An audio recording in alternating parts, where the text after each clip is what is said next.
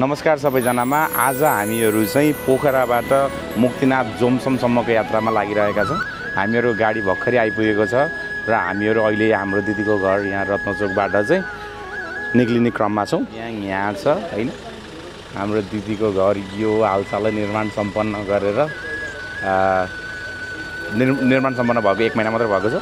हाम्रो स्कर्पियो गाडी आएको। टोटल हामीहरू जानीमा चाहिँ दिदी हुनुभयो, कान्छी दिदी, दाई, मम्मी र म छु यहाँ हैन। हामी यति भयो। दिदीलाई भाइ भन्दै हुनुहुन्छ। ल सबैलाई दिदीलाई ल राम्रो छ जानु। शुभयात्राको मेसेज छ भने भनिहाल्नुहोस्। एकदम बेस्ट विशेस अनि have a successful comfortable and very safe tours है। ल थ्याङ्क यू बिनाजु। बिनाजु 2 शब्द केही राख्नु मन छ? राम्रोसित जानु, एकदम सुरक्षित भएर चाहिँ अलिक केयर भएर राम्रो घुमेर आउनु हैन। हुन्छ, हस् बिनाजु, हस्। बाँकी चाहिँ अब हुन्छ। ल म बस्नुहोस्, गाडीमा बस्नुहोस्, जानुहोस्। हाम्रो 3 दिनको यात्रा पोखराबाट सुरु भइसकेको छ। अहिले बिहानको 6:15 बजेको छ। हल्का चिसो हावा अनि आकाशमा झल्किरहेको अन्नपूर्ण हिम श्रृङ्खला र माछापुच्छ्रे हिमालले यात्रा अझै विशेष बनाइरहेको छ। आज हामी बागलुङ, पर्वत, म्याग्दी र मुस्ताङका सुन्दर ठाउँहरू, मन्दिर, झरना र तातो पानी घुम्दै जाने योजना छ। आज रातिको बास जोमसममा रहनेछ। अहिले हामी हेम्जा पोखरामा छौँ। दायाँपट्टि हरियो रङको घर जसमा शिवम सिमेन्टको विज्ञापन छ, त्यो हाम्रो भागीरथी सानीमाको घर हो। बायाँपट्टि मेरो दिदी र भान्जा भान्जीहरूका घर छन्। यो ठाउँ साँच्चै सुन्दर छ। सडक र पूर्वाधार पनि निकै राम्रो छ।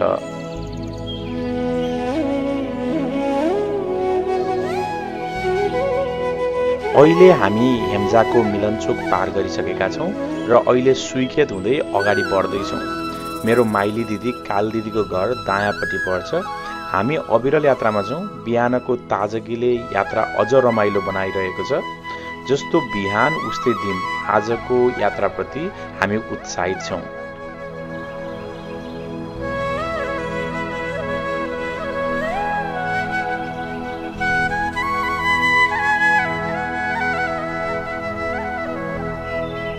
यो ठाउँ घट्टे खोला हो। यहाँबाट हामी अफिल्स चढ्दै नौलडाँडा जानेछौँ। यही ठाउँमा म कक्षा 9मा पढ्दा विद्यालयको पिकनिकको लागि आएको थिएँ। आज झन्डै 20 वर्ष बितिसक्यो, तर त्यो सम्झना अझै हिजोको जस्तै ताजा छ। यो ठाउँ नौलडाँडा हो। यहाँबाट हामी काँडे र लुम्ले हुँदै अगाडि बढ्नेछौँ। देखिएको ठाउँ चाहिँ लुम्ले हो। यता माथिपट्टि अहिले मैले यता माथि चाहिँ अस्ट्रेलियन बेस क्याम्प हो। मान्छेहरू ट्रेकिङ गरेर क्याम्पिङ गर्छन् त्यहाँ चाहिँ। अहिले हामी काँडेमा छौँ। यो काँडे ऊ दाइको ब्याङ्कले पनि स्वागत गरेछ कि ग्रिन डेभलपमेन्ट ब्याङ्क लिमिटेडले। ग्रिन डेभलपमेन्ट ब्याङ्कको म्यानेजर निदाउनु भएको छ कि हेर्नु भएको छ, पछाडि हुनुहुन्छ। कस्तो भइरहेको छ अविरल यात्रा? एकदमै वन्डरफुल, एक्साइटिङ, एकदमै दाइलको अनुभव के भइरहेको छ? तपाईँ लास्टमा चुपचाप हुनुहुन्छ, एकल सिटमा लास्टमा। यो ठाउँ लुम्ले हो, नेपालको सबैभन्दा सुन्दर स्थानमध्ये एक। यहाँ वर्षाको मात्रा सबैभन्दा धेरै हुने भएकाले यसलाई नेपालको चेरापुञ्जी पनि भनिन्छ। हरिवंश आचार्य र मदन कृष्ण श्रेष्ठका धेरै टेलिसिरियलहरू यहाँ सुट भएका छन्। यो मेरो साथी संज्ञानको गाउँ पनि हो। हामी सँगै स्टेप बाई स्टेप मासबार पोखरामा हाई स्कुल सँगै पढेका थियौँ र अन्तिम पटक भेटिएको लगभग 10 वर्ष अगाडि अल्बुकर्की, न्यू मेक्सिकोमा। अब हामी लुम्ले पार गरेर नयाँ पुलमा बिहानको खाजाको लागि अहिले हामी बागलुङ पोखरा हाइवे अन्तर्गत चाहिँ खाजा खानको लागि चाहिँ यो नयाँ पुलमा रोकिएका छौँ र नयाँ पुलको यो होटल साइनो रेस्टुरेन्टमा हामीहरू खाजा खान लागेका छौँ। दिदी उहाँ हुनुहुन्छ, मम्मी, अब यहाँ हाम्रो चालक सवारी चालक पनि हुनुहुन्छ, दाइ पनि हुनुहुन्छ। ल होटल साइनो रेस्टुरेन्टमा हामी खाजाको लागि रोक्दैछौँ। हामीले खाजा खाइसकेका छौँ र भिडियोमा देखिने जस्तै तरिकाले यहाँ सेलरोटी बनाइदो रहेछ। अहिले हामी कास्की छोडेर पर्वतमा प्रवेश गरेका छौँ। पोखराबाट यहाँ आउन हामीलाई करिब 1 घण्टा जति लाग्यो। पर्वत जिल्ला सुन्दर पहाड, हरियाली र सफा वातावरणको लागि चिनिन्छ। अहिले तपाईँले देखिरहनु भएको ठाउँ पातिचौर पर्वत हो।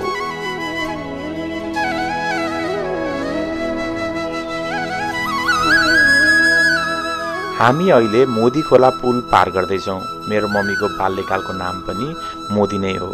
यो ठाउँ पर्वतको मोदी गाउँपालिकामा पर्दछ। मम्मी तपाईँ 2-4 शब्द भन्नु मन छ कि मोदी गाउँपालिकामा आएर? राम्रो लाग्यो, आफ्नै नामसित मिल्दोजुल्दो गाउँपालिका रहेछ। अनि गण्डकी रहेछन् नि त, के भनेका गण्डकी भनेका मोदी खोला रहेछ। तीर्थ हुने त। हामी अहिले कुस्मा पर्वतमा छौँ। यही जिल्लाको मुख्यालय।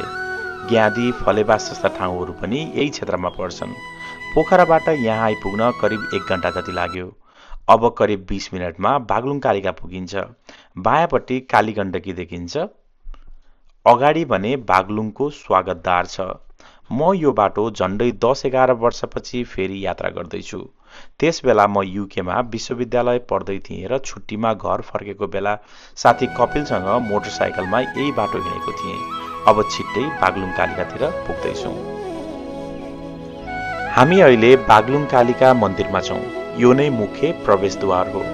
अगाडि भक्तजनको लागि पूजाका सामान बेच्ने धेरै पसलहरू छन्। दुकानहरू बीच राम्रो प्रतिस्पर्धा पनि देखिन्छ।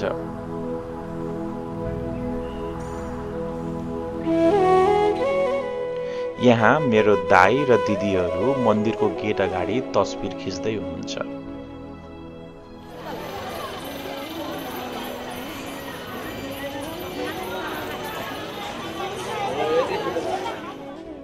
भित्र छिर्दा मन्दिरको वातावरण एकदमै सुन्दर र शान्त लाग्छ।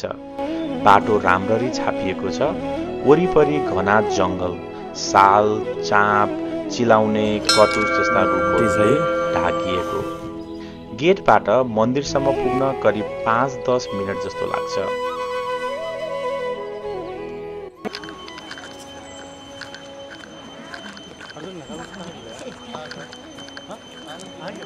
कालिका मन्दिर जाँदा यहाँ गङ्गाजल स्नान गर्ने ठाउँ पनि छ। यही लाइनमा नवदुर्गा देवीहरूको रूपहरू छन्। शैलपुत्री, ब्रह्मचारिणी, चन्द्रघण्टा, कृष्माण्डा, स्कन्दमाता, कात्यायनी, कालरत्री, महागौरी र सिद्धिदात्री। यहाँ भक्तजनहरूले देवीको पवित्र धारामा स्नान पनि गर्छन्।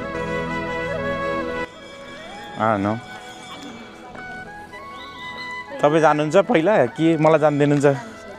हो, सहस्त्रधारामा चाहिँ सहस्त्रधारालाई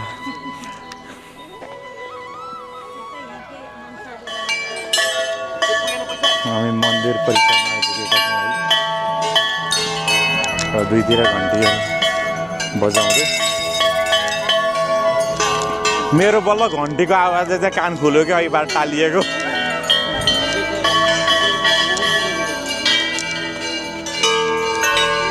दिदीहरू म मेरो घन्टी बजाउँदै आउँदै हुनुहुन्छ।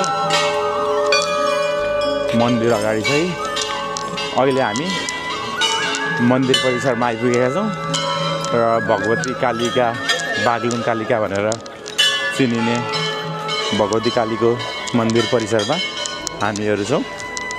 यो हो भगवती कालिका, बागलुङ जिल्लामा रहेको सुप्रसिद्ध देवीको मन्दिर। घाम टल्की ट्याक्ट्याक्क सूर्यको प्रकाश मन्दिरको माथि नै भएको छ। हेर्नुहोस्, यो भगवती मन्दिरको मन्दिर भयो। यो यसमा चाहिँ तपाईँको चप्पल लाखाइदिनु त कसैले, हेर मैले मात्रै लाएर फेरि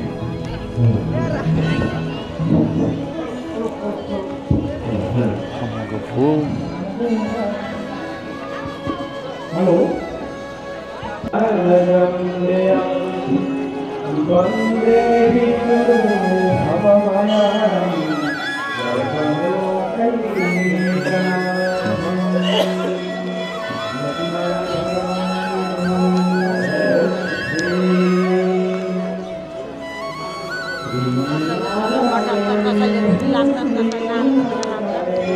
मन्दिरमा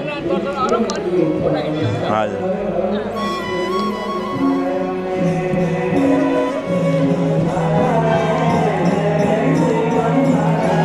घुमेर यसैहरूमा घुमेकै छ नि त। तपाईँ ढोक्दै घुम्नु नि म भिडियो खिच्छु ल जानु जानु जानु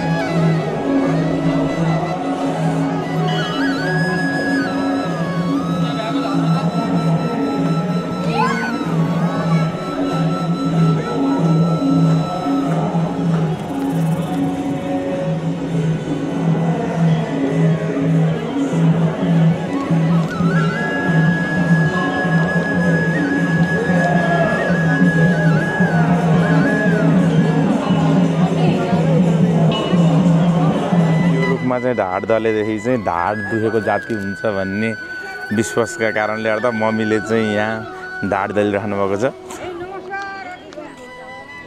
हामीहरूले भगवती कालिका भगवतीको दर्शन गरेर फुल टिका माला लगाएर हामीहरू अहिले फर्किने क्रममा छौँ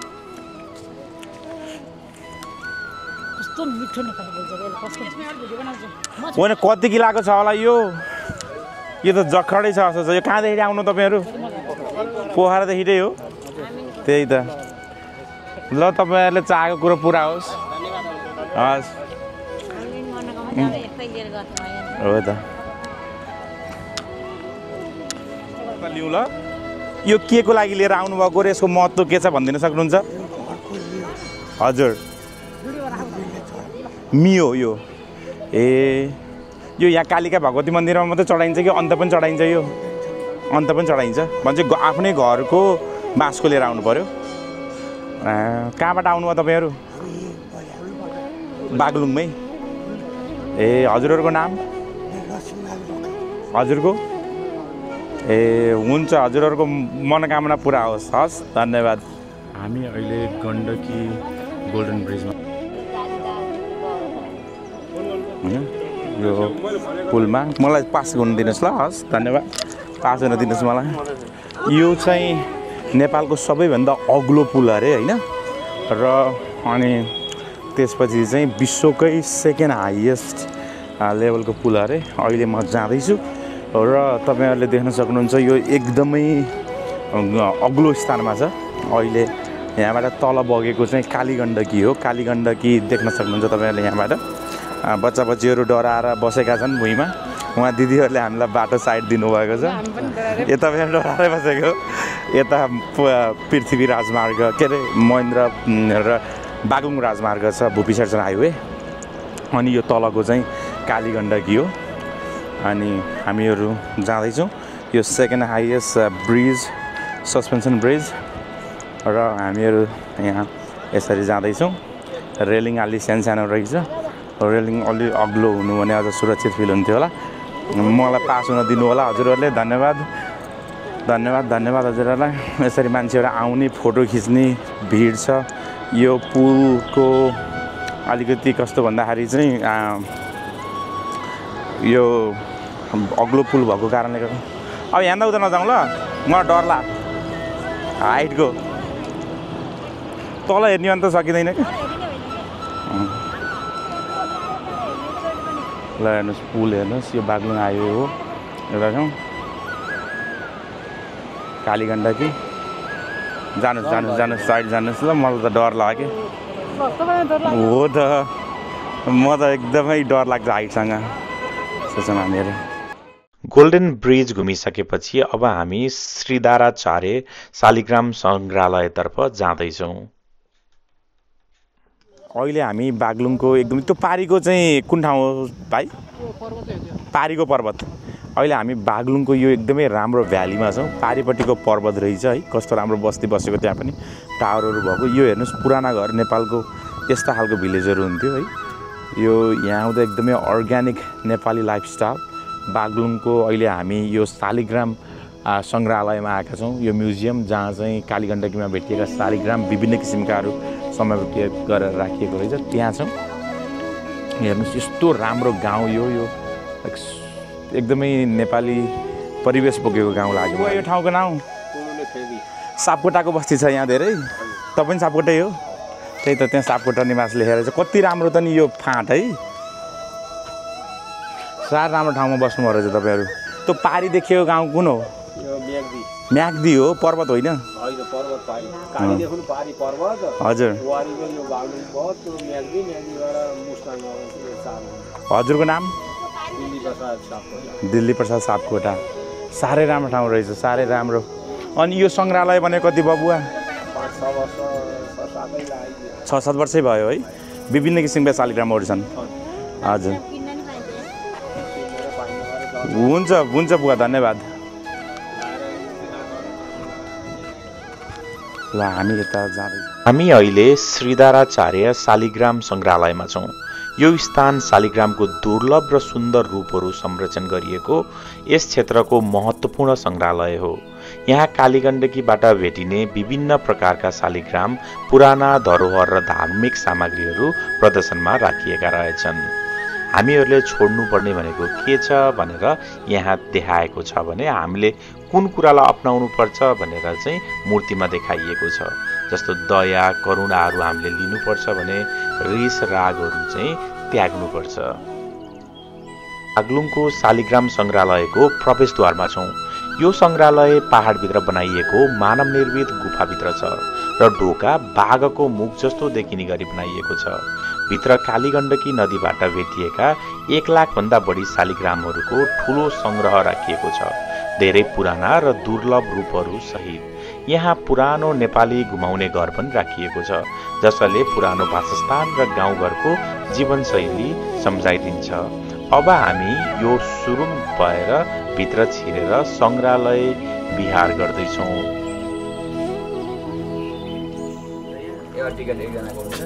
कति अरे एउटालाई 500 टिकट लिएर अब हामी सङ्ग्रहालयभित्र छिरेका छौँ। सबैभन्दा पहिला नेपालको नक्सा जस्तै एउटा प्लेट मोडल देखिन्छ, जहाँ बग्ने नदी, जङ्गल, रुख बिरुवा र मन्दिरहरू चिनाइएका छन्। त्यसपछि शालिग्रामहरूको प्रदर्शनी सुरु हुन्छ। कालीगण्डकीबाट भेटिएका विभिन्न आकारका दुर्लभ शालिग्रामहरू यहाँ छेउछेउमा राखिएका छन्। गोलो, चक्र आकृति र शङ्ख, गदा, पदमा जस्ता चिन्ह देखिने शालिग्रामहरू एउटै ठाउँमा व्यवस्थित गरेर राखिएको देखेर साँच्चैकै रोचक लाग्छ। नेचुरल हुन्, सबै प्राकृतिक हुन्, सबै प्राकृतिक यहाँ हेर्नुहरूले।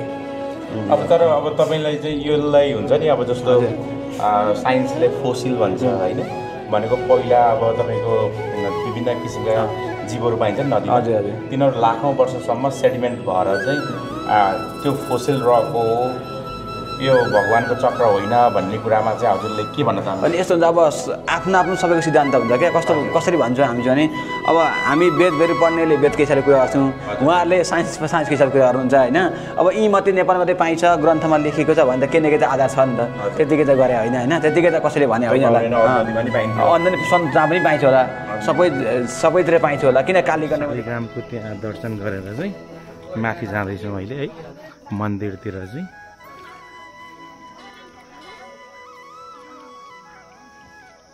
मन्दिर रहेछ यहाँ, कस्तो राम्रो मन्दिर है।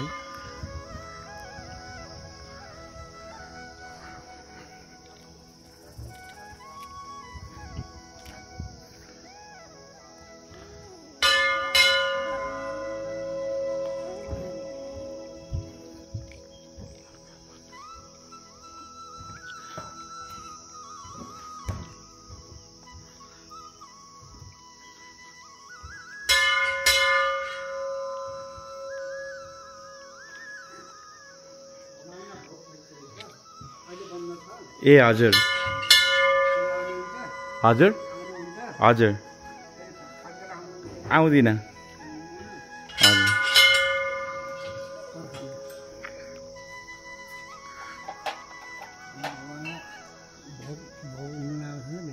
हजुर। हजुर ए हजुर हजुर हजुर फुल्छ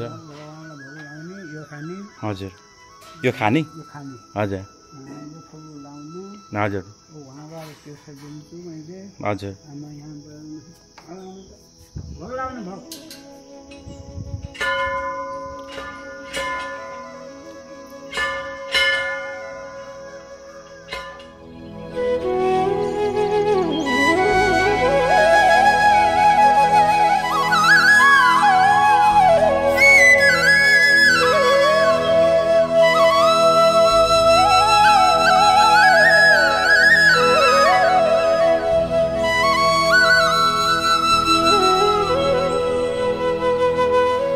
अहिले म्याग्दी जिल्लामा छौँ र यो हो बेनी, म्याग्दीको मुख्य सहर। कालीगण्डकी र म्याग्दी खोला भेटिने ठाउँ भएकाले यसलाई त्रिवेणी पनि भनिन्छ। अगाडि देखिँदै गरेको पुल नै बेनी पुल हो, पहाड र नदीको बीचमा फैलिएको सुन्दर प्रवेशद्वार जस्तो। बेनी पुरातन समयमा तिब्बततिर जाने महत्त्वपूर्ण व्यापारिक मार्ग पनि थियो। सल्लरे, घाटगेडा, नुन, ऊन जस्ता सामान यो बाटो हुँदै नेपाल तिब्बतमा आवत जावत हुन्थ्यो। आज यो मुस्ताङ, धौलागिरी, घोरेपानी, पुनहिल जस्तो जाने यात्रुहरूको मुख्य स्थान बनेको छ। अब हामी बजार क्षेत्रतिर छिरेका छौँ। यहाँका गल्लीहरू साँघुरा तर एकदमै जीवन्त छन्। दुवैपट्टि पसल, स्थानीय खाना, कपडा र भिडको आवाजले बजार झन् रमाइलो देखिन्छ। यही हो बेनी बजार, सानो तर व्यस्त, नदी पहाडको काखमा बसेको सुन्दर सहर। म्याग्दी पार गरेपछि बाटो अलि खराब छ। यहाँ पहिरो धेरै परेको कारण यो अहिलेसम्मको सबैभन्दा खराब र जोखिमपूर्ण भाग जस्तो लाग्यो। यस क्षेत्रमा पहिरोको खतरा धेरै हुन्छ, सावधानीपूर्वक अगाडि बढ्नुपर्छ।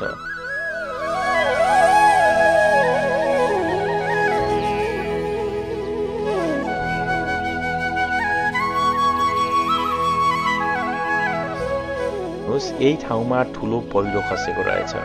हाम्रो सवारी चालकले भन्नुभएको अनुसार उहाँ एकपटक यही ठाउँमा आफ्नो एक यात्राको क्रममा 24 घण्टाभन्दा बढी जाममा अड्कनु भएको रहेछ।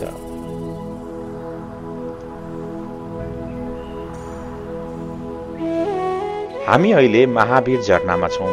यहाँ केही समय रोकेर झरना हेर्दै, तस्बिर खिच्दै र अलिकति टिकटक पनि बनाउँदै यात्रा मजाले इन्जोय गर्दैछौँ।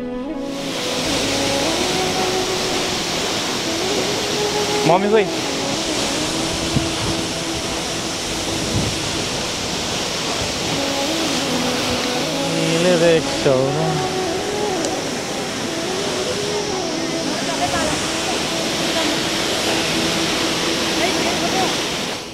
महावीर झरना पार गरेपछि हाम्रो यात्रा फेरि अघि बढ्दैछ।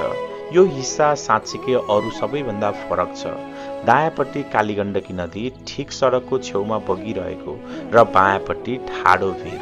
सडक साँघुरो, घुमाउरो र चट्टान काटेर बनाइएको भएकाले गाडी चलाउँदा धेरै ध्यान दिनुपर्छ। यही बाटो अहिले नेपालको लागि झनै महत्त्वपूर्ण छ।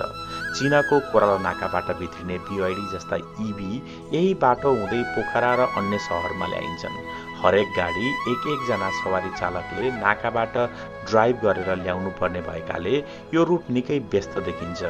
नेपालमा EV को प्रयोग दिन प्रतिदिन बढेको यात्रामै महसुस हुन्छ। सडकभरि धमाधम EV गुडिरहेको देखिन्छ। बाटो साँघुरो र जोखिमपूर्ण भए पनि कालीगण्डकीको दृश्यले मनमा अर्को नै शान्ति दिन्छ।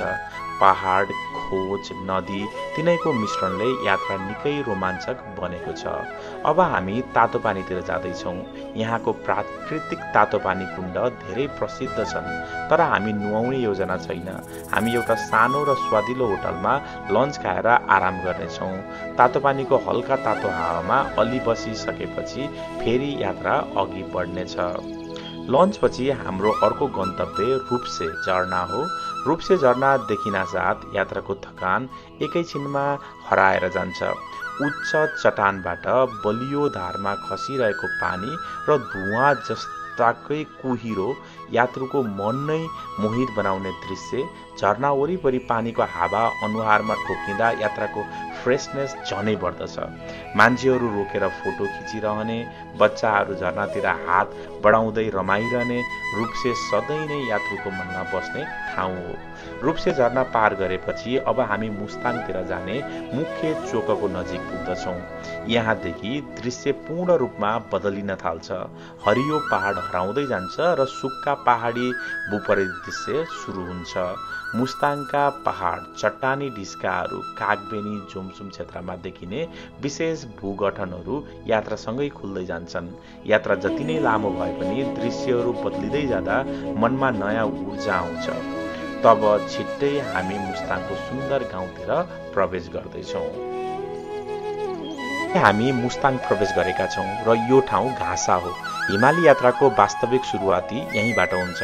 हामीले पहाडी जिल्लाहरू छाडिसकेका छौँ। अब हामी हिमालयन क्षेत्रको भूभाग, हावापानी र संस्कृतिभित्र पसेका छौँ। यहाँका घर, कच्ची छाना, बाक्ला भित्ताहरू, हावासँग जुझ्न निर्माण शैली सबै कुरा हिमाली वातावरणसँग मिलेर बसेको छन्। वनस्पति पनि यताबाट बदलिन थाल्छ। तल तलका हरिया जङ्गल हराउँदै जान्छ र यहाँका चिरानी बोट बिरुवाहरू, सुक्खा पहाडी झाडी र खुला घाँसे डिस्काहरू देखिन थाल्छन्। घाँसामा एउटा पेट्रोल पम्प पनि छ। हिमाली रुटका लागि निकै महत्त्वपूर्ण स्थान। यात्रा अघि बढ्दै जाँदा यताको सुरक्षा चेकपोस्टहरूमा नाम दर्ता गर्नुपर्छ, जसले यात्रा अझ सुरक्षित बनाउँछ। मुस्ताङको सडक तलतिरको भागभन्दा धेरै राम्रो छ। विस्तृत, खुला र सुरक्षित महसुस हुन्छ। अब हामी हिमालको काखमा मुस्ताङको वास्तविक सौन्दर्यतिर ढल्कदै अगाडि बढिरहेका छौँ। अनुभव हुँदैछ, पछाडि बस्दै हुनुहुन्छ कान्छीलाई, मम्मी, दिदीलाई। हामीहरू कहाँ आइपुगेका छौँ अहिले? दाइले विस्तृत जब इन्फर्मेसन दिनुहुन्छ कि त? अब यहाँबाट चाहिँ हिमाली भेग सुरु भएको छ। सबै परिवार लीला, नातिहरू, रेखा, जस्मिन, जेसन, अरू हाम्रा छोरीहरूका छोराछोरी, नाति नातिना सबै आउनु पाउनुहुन्छ। पहिले पहिले मुस्ताङमा यो बाटो थिएन। मानिसहरू हिँडेर 7-7 दिन लगाएर मुक्तिनाथ पुग्थे। मेरो मम्मी बा पनि यही पुरानो बाटो हिँडेर यात्रा गर्नुभएको थियो। यात्रा गर्दै गर्दा मेरो कान्छी दिदीले उहाँको सासुआमाको पुरानो कथा सुनाउँदै हुनुहुन्छ। उहाँ पनि परिवारसँग हिँडेर मुक्तिनाथ जानुभएको रहेछ। त्यही बेला पहाडमा सामान बोक्ने खच्चडले अचानक ठक्कर दिएर उहाँको खुट्टा मर्किएको रहेछ। हिँड्नै नसक्ने अवस्था आएपछि साथीहरूले फर्कन सुझाव दिएका रहेछन्, तर उहाँको टाउकाको पछ्यौरा खुट्टामा बाँधेर म मुक्तिनाथ पुगेरै फर्किन्छु भनेर यात्रा जारी राख्नु भएको रहेछ। किनकि नेपालीहरूले मुक्तिनाथ जीवनमा एकपटक गएरै जानुपर्छ भन्ने गहिरो विश्वास राख्छन्, मोक्षको लागि र आस्थाको लागि। दिदी भन्नुहुन्छ, सासुआमाले त्यो यात्रा पूरा गर्नुहुन्छ भन्ने निर्णय कति सही रहेछ, किनकि पछि स्वास्थ्य बिग्रिँदै जाँदा उहाँलाई फेरि लैजान सकिएन भन्ने कुरा अझ मन फुल्छ।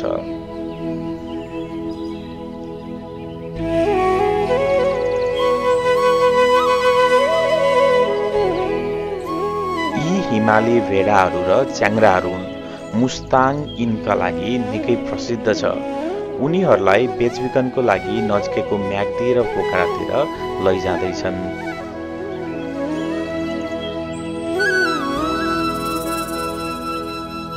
हामी अहिले मुस्ताङको तल्लो क्षेत्रमा छौँ, जहाँ हरियाली अझै राम्रोसँग देखिन्छ। यो भूदृश्य हेर्दा केही हदसम्म अमेरिकाको ग्रान्ड टिटन नेसनल पार्कको याद दिलाउँछ। उस्तै हरियो पहाड, खुल्ला अप हिल्स र नदी छेउको शान्त वातावरण। म केही वर्ष युटा बसेकाले यहाँको दृश्यले युटाको ओपन भ्यालिज, उकालो ओह्रालो ट्रेल र त्यसको रगेड ब्युटी पनि सम्झाइदिन्छ। मुस्ताङको यो भाग हिमाली कठोरता र तल्लो पहाडी हरियालीको मिश्रण भएको एकदमै अनौठो ट्रान्जिसनल जोन हो। न त पुरै बन्जर, न त पुरै हरियो, ठ्याक्कै ग्रान्ड टिटन र युटाको वाइल्ड ओपन फिल्ड जस्तै। यति परिचित र अपरिचित दृश्य एकैचोटि भेटिँदा यात्रा अझै रमाइलो र यादगार बन्छ। अहिले हामीहरू मम्मी आउनुभयो उता र दाई हुनुहुन्छ यहाँ, कान्छी यहाँ हुनुहुन्छ र कालीगण्डकी हेर कस्तो बेगले बगेको छ। यो हेर्दा यसले बगाउँछ कि यहाँ हेर कति बेग देख्छ होइन। त्यो अब शालिग्राम पाउने ठाउँ यो हो। हामी शालिग्राम खोजीमा छौँ, तर अब त्यो तर्नलाई चाहिँ के अरे जुत्ता खोलेर जानुपर्ने अवस्था हुन्छ। अब दिदी उताबाट आउँदै हुनुहुन्छ, उहाँलाई भिडियोमा भनेपछि चाहिँ विशेष रूपमा आकर्षक रूपमा देखिन मनपर्छ उहाँलाई चाहिँ। मम्मीले श्रीति लगाएर वैष्णव हुनुभएको छ आज। र सबैभन्दा बिर्सिन नसकिने कुरो भनेको हिमाल हेर्नुहोस्। अब यो अहिले हाम्रो अरू बेलामा नर्थबाट देखिन्थ्यो भने अहिले हाम्रो साउथतिर चाहिँ हिमाल देखिन सुरु भयो। अहिले नर्थ यतातिर छ भनेदेखि चाहिँ तपाईँको साउथ यतातिर देखिँदाखेरि चाहिँ हिमाल यसरी देखियो। यो सायद अन्नपूर्ण नै हुनुपर्छ यो है, अन्नपूर्णै हुनुपर्छ यो मैले फोकेमा खिचिराखेको भएर 2 टाइम्स मात्रै जुम गरेँ मैले। यो दम्फु मुस्ताङ र छेउमै बगिरहेको कालीगण्डकी हो। कति छिटो र स्थिर बग्छ यहीँबाट स्पष्ट देखिन्छ। नेपाली फिल्म कबड्डीको अन्तिम निश्चल बस्नेत मैयाको भाग्ने सिन र काजीले पछि लाग्ने दृश्य ठ्याक्कै यही ठाउँमा सुट गरिएको हो।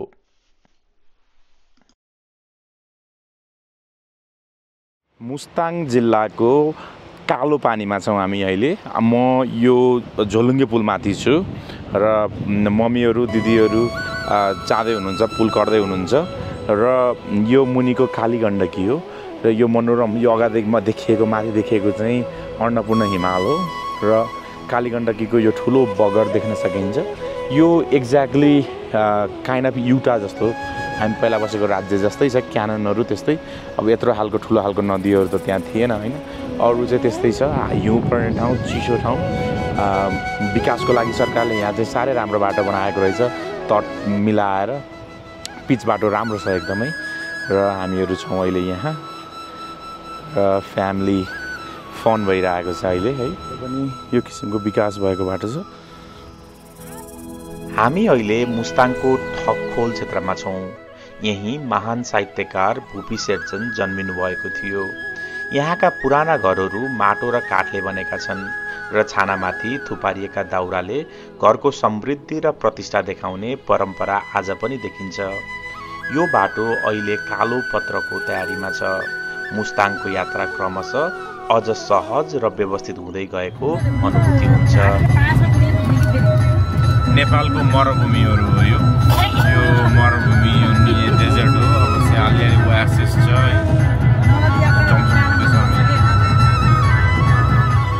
हामी अहिले मार्फामा छौँ, मुस्ताङकै सबैभन्दा सुन्दर र परिचित बस्तीमध्ये एक। मार्फा भन्नासाथ सबैले स्याउ सम्झिन्छन्।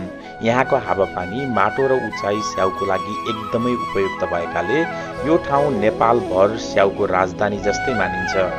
यहाँको स्याउबाट जुस, ड्राई एप्पल, ब्रान्डी, जाम र स्थानीय परिकारहरू बनाइन्छ, जसले मार्फालाई पर्यटनमै चिनाएको छ। मार्फा थकालीहरूको प्रमुख बस्ती पनि हो। सफा घर, सेतो रङको भित्तो, काठका झ्यालढोका, छानामा राखिएका दाउरा सबै मिलेर मार्फाको पहिचान बनाउँछन्। यो बस्तीको अनुशासन र सफाई मुस्ताङकै नमुना मानिन्छ। यात्रुहरू यहीँ रोकिन्छन्, स्याउ खाँदै, फोटो खिच्दै र यहाँको शान्त वातावरण अनुभव गर्न।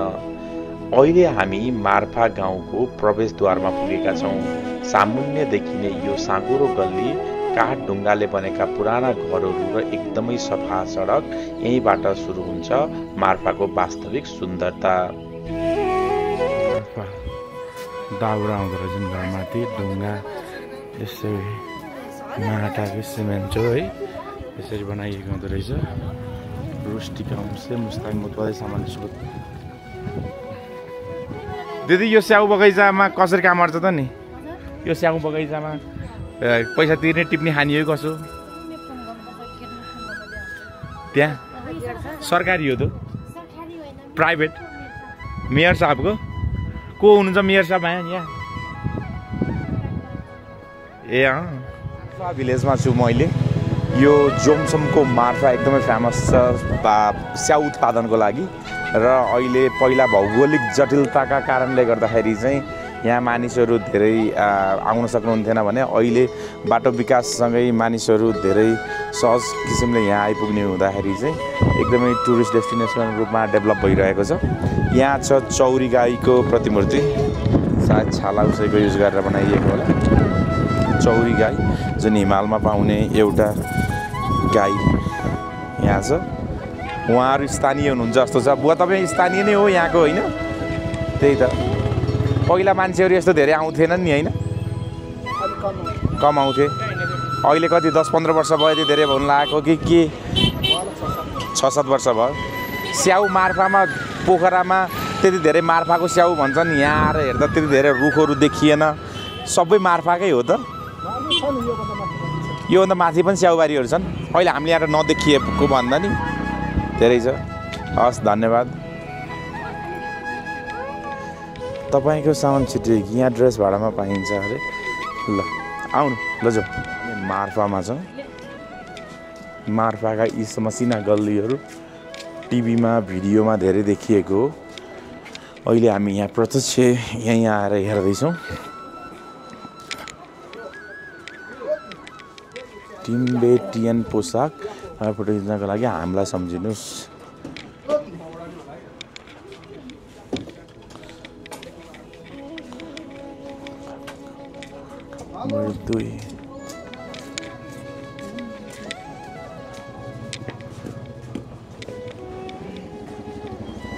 चटपट पानीपुरी र जेरी पाइन्छ अरे।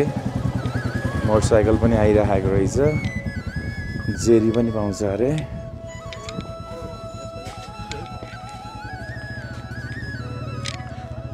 लुक्ने गल्ली लुक्ने गल्ली 2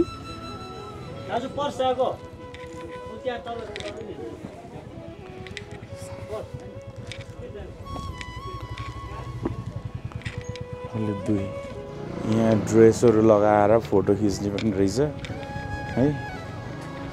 यस्तो राम्रो गार्डन पनि छ। रुख यसरी सुकाउने दाउराहरू हेर्नुहोस्। हामी अहिले मार्फाको मोनास्ट्रिज मठतिर जाने यो सिँढी चढ्दैछौँ। सिँढीको दायाँ बायाँ यसरी प्रार्थना चक्रहरू प्रेयर व्हील्स घुमिरहेका छन्। शान्त वातावरण मनलाई हल्का बनाउने आवाज। माथि पुग्दा मार्फा गाउँलाई अझै अर्को उचाइबाट हेर्न सकिन्छ। ओम माने पद्मे ओम, ओम माने पद्मे ओम। सानो हुँदा हामीले धेरै सुनेका थियौँ मार्फाका घरहरू माटोको छानाले बनेका हुन्छन् भनेर। बाल्यकालमा कस्तो होला भनेर कल्पना मात्र गरेका थियौँ। आज भने यहीँ उभिएर यही माटोको छाना आफ्नो आँखाले देख्दा पुरानो सम्झना सबै ताजा भए। मार्फा गाउँ क्या राम्रो मार्फा गाउँ।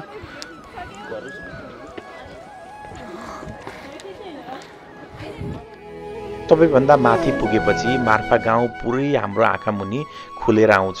सेता घरहरू, माटोको छाना र टाढासम्म फैलिएका स्याउका बगैँचा। यही दृश्यले यो ठाउँ किन यति खास छ एकपटक बुझाइदिन्छ। त्यसै तल देखिन्छ जोमसोम जाने बाटो। कठोर पहाड चिरेर बनेको त्यो बाटो यहाँका मानिसहरूको धैर्य, सङ्घर्ष र हिमाली जीवनसँगको प्रेमको कथा जस्तो लाग्छ।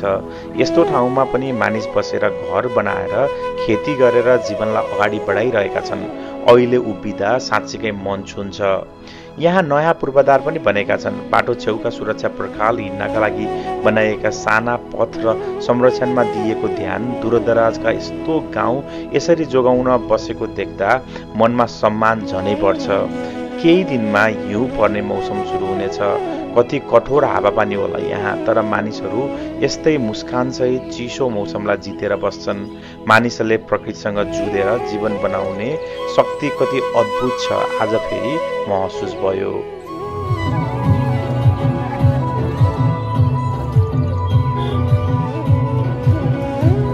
निलगिरी मालमा फोटो भिडियो खिच्ने मान्छेको लर्को लागेको छ। स्याङफोला थकाली सामुदायिक होम स्टेमा हार्दिक स्वागत छ। स्याङफोला ठिमी ए दुम्बा लेख्दा था हामी भोलि गइन्छ होइन। राम्रो छ त ताल, ठुलै छ, रूपा ताल जत्रो। अहिले जोमसम पुगेका छौँ, मुस्ताङको मुख्य केन्द्र, जहाँबाट तिब्बती सांस्कृतिक प्रभाव, हावाको तीव्र बगान र हिमाली सौन्दर्य सुरु हुन्छ। जोमसम पुग्दा एउटा छुट्टै अनुभूति हुन्छ। बाटोभरि हावाको आवाज, दूरदराजका पहाड र घरहरूको विशिष्ट निर्माण शैलीले यो ठाउँलाई पूर्ण रूपमा फरक बनाइदिन्छ। अहिले देखिँदै गरेको यो बजार क्षेत्र मुस्ताङका यात्रुहरूको मुख्य थान हो। जोमसम विमानस्थल, स्थानीय बजार, थकाली घर बस्ती सबै यहीँ वरिपरि छन्।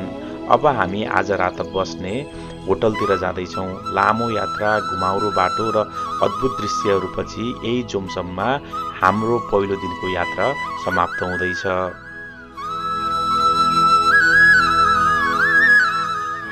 अब हामी आज जोमसममा बास गर्छौँ।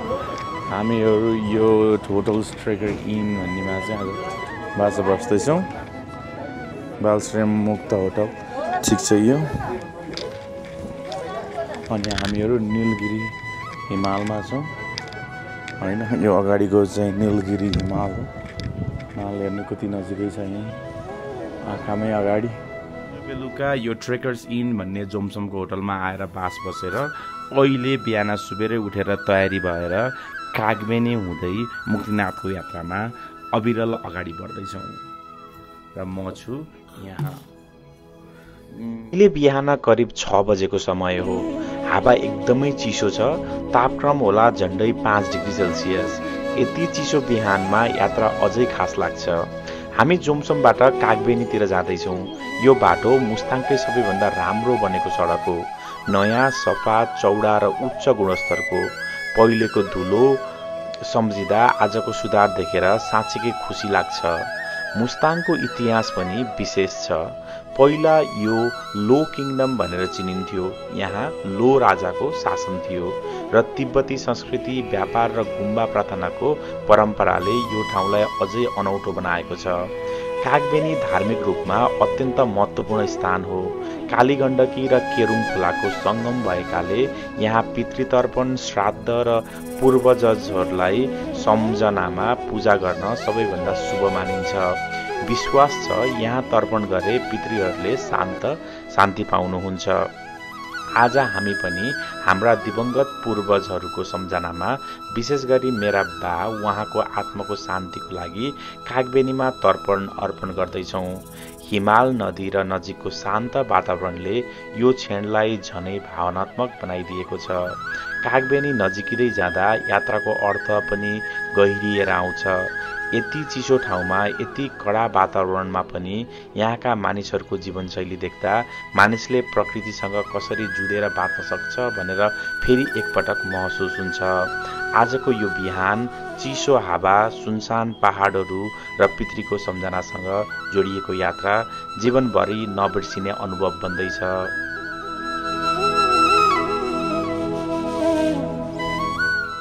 हिमाल हामीहरू अहिले आइपुगेका छौँ यहाँ यो कागबेनीमा हामी अब पितृलाई तर्पण दिनको लागि यहाँ आइपुगेका छौँ।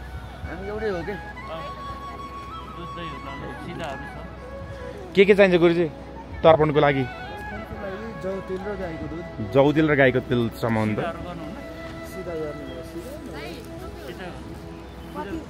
अहिले तर्पणको मेसो छ कि बहिनी, अहिले फर्केर आउँदा गरौँ ल।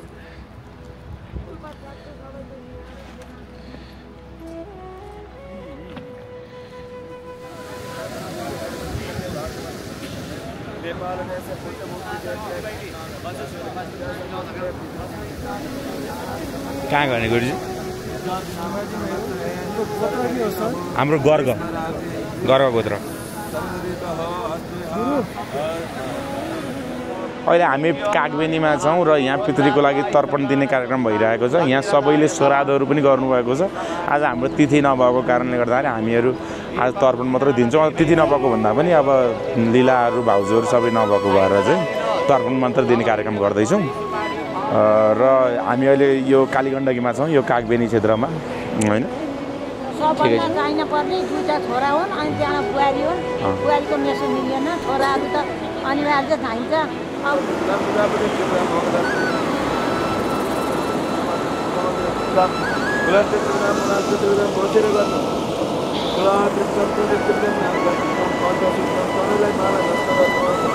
माला जस्तो सभ्य हुन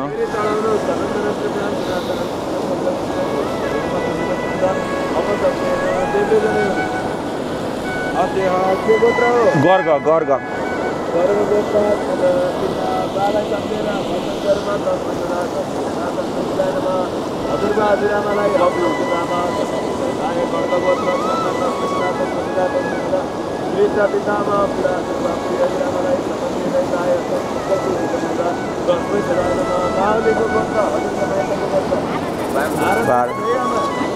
भारद्वाज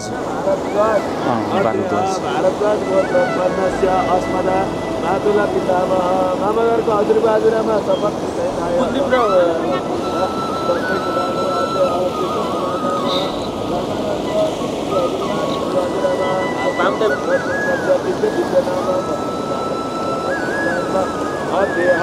अब हजुरहरूको मामा घरतिरको मामा माइली बित्ना छ छैन अब बाको दाजुभाइ दाजु छैनन् दिनु ज्येष्ठ मात्र कोही नि बिताएन दाजुभाइ दिदीबहिनी अस्मतः फुपू दिदीहरू बितेका दिनु छ बित्नु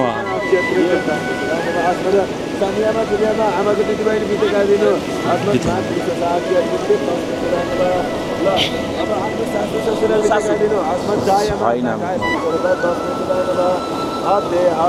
अब ज्ञात अज्ञात गुरुजी गाई गङ्गा तुलसी सकल पितृहरूलाई सम्झेर दिनु है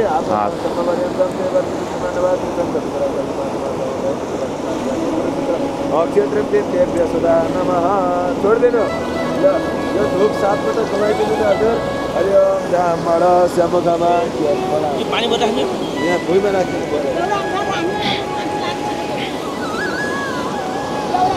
7 चोटि होइन घुमाइदिनु 5 पटक अप सबै भएर श्यामखमा शिव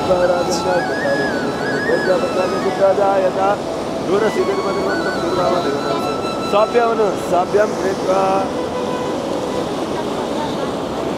ल अब धुपलाई राखेर सूर्यनारायणलाई सम्झेर जल अर्पण गर्न अञ्जुलीले हे सूर्य जल चढाउनु अब अञ्जुलीले है हे सूर्य सहस्राम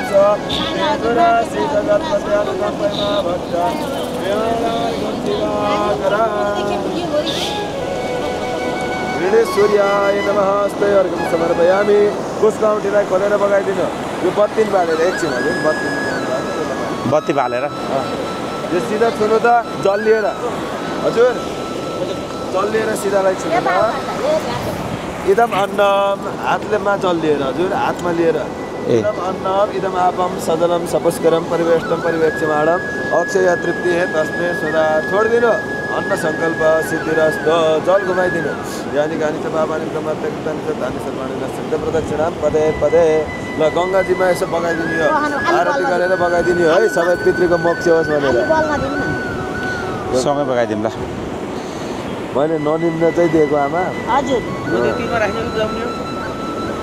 हजुर यसलाई बगाइदिने हो एउटा हामीले ल बगाइ 7 पटक घुमाएर 7 पुस्ता सम्झेर पितृ व्यसना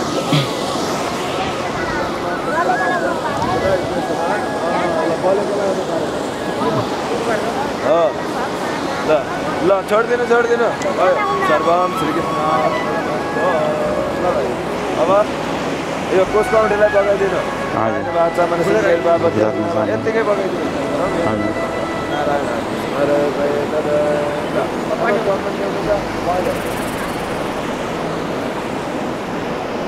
राम्रो हिँड्नु यो त राम्रै गरियो त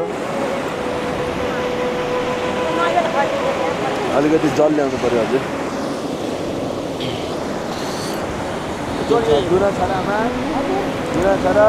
छ त कहाँ छ हो श्रीवर्चस्वम आयुष्यम आरोग्यमाविदाच्य भवानं मह्यते धनं धान्यं शतसंवत्सरं भवपुत्रलाभं दीर्घमायु यजमानस्य कामा पूर्णा सन्तु मनोरथानां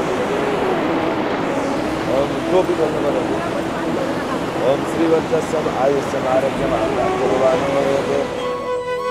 तर्पण सकिएपछि अब हामी मुक्तिनाथतिर अगाडि बढिरहेका छौँ। बिहान करिब 6 बजेको समय हावा निकै चिसो छ, तर मनभित्र आज एउटा गहिरो ताप छ, मेरो बाको सम्झना। आजको यात्रा, आजको कदम कदम, आजको हरेक दृश्य सबै कुनै न कुनै रूपमा बालाई सम्झिँदै बाँचिरहेको छ। कागबेनीमा तर्पण अर्पण गर्दा मन भारी पनि भयो, तर उसै बेला एक किसिमको शान्ति पनि आयो। जसरी बा हामीलाई सधैँ शान्त र धैर्यवान बन्न सिकाउनुहुन्थ्यो। कालीगण्डकीको छेउमा उभिँदा बाको अनुहार, उहाँको शब्द, उहाँको माया सबै सम्झना एकैपटक मनमा आइपर्थ्यो। बा कहिलेकाहीँ कठोर देखिनुहुन्थ्यो, तर उहाँको मनसम्म पुग्न जो कोहीले कति ठुलो प्रेम लुकेको छ त्यो बुझ्थ्यो। आज हामी मुक्तिनाथ जाँदैछौँ, धेरै वर्षदेखि हृदयमा राखिएको एउटा पवित्र इच्छा पूरा गर्दै। यस यात्राको सबैभन्दा महत्त्वपूर्ण भाग मेरो बा नै हुनुहुन्छ। उहाँको लागि, उहाँको आत्माको शान्तिको लागि, उहाँले देखेको परिवारको सपना पूरा गर्न त्यही सिलसिलाको लागि यो यात्रा विशेष बनेको छ। जोमसोमबाट कागबेनीतिर चढ्दै गर्दा पहाड, खोज, चिसो हावा सबैले बाको जीवनसँग पनि कसरी जोडिन्छन् जस्तो लाग्छ। उहाँ पनि कठोर ठाउँबाट उठेर परिवारको लागि जतिसुकै कडा परिस्थितिसँग लड्न तयार हुनुहुन्थ्यो। अब हामी मुक्तिनाथ नजिकिँदैछौँ। 108 धाराको पवित्र जल, मुक्ति र मोक्षको स्थान, पितृ शान्तिको थलो, यी सबै सुन्दै गर्दा बाको आवाज मनमा गुन्जिन्छ। मानिसले जीवनभरि गरेको काम र माया यही जगमा टेकेर अर्थपूर्ण हुन्छ। आज हामी जहाँ जाँदैछौँ त्यहाँको प्रत्येक कदममा उहाँको शिक्षा, उहाँको हिम्मत, उहाँको परिवारप्रतिको प्रेम मनभरि बगिरहेको छ। मुक्तिनाथ जाँदै गर्दा म एक कुरा मात्र सोचिरहेछु, बा तपाईका लागि, तपाईको शान्तिको लागि, हामीलाई चिनाउने जीवनको लागि। हामी अझ चढ्दैछौँ, हिमाल अझै नजिकै छ, तर मेरो मनमा बाको आत्मामा शान्ति मिलोस् भन्ने एक मात्र इच्छा अझ नजिक, अझ गहिरो हुँदै गएको छ। गाडी यहाँ पार्क गरेका छौँ अहिले है। को पार्किङ स्पेस यो भयो। हिमालहरू हामी अहिले ट्याक्राका हाम्रो पूर्व, पश्चिम, उत्तर, दक्षिण सबैतिर चाहिँ हिमालय मात्रै छ है। हामी हाई अप्पर हिमालयजमा छौँ। यहाँको अल्टिट्युड लगभग 4-5 हजार मिटर माथि छ। यहाँ घोडा चढेर जाँदैछौँ है। मम्मीहरू उहाँ हामीहरू जाँदैछौँ। छु यहाँ घोडा चढेर कान्छी दिदी दिदी त भाइ छुट्नु पर्छ नि त। मम्मी र दाइ अगाडि।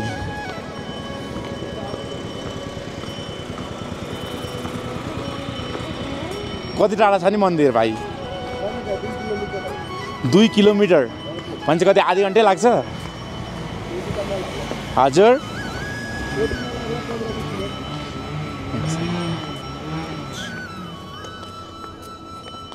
तपाईँ घर यहीँ हो? कहाँ हो नि? हजुर रोल्पा। ए के हो हजुरको नाम?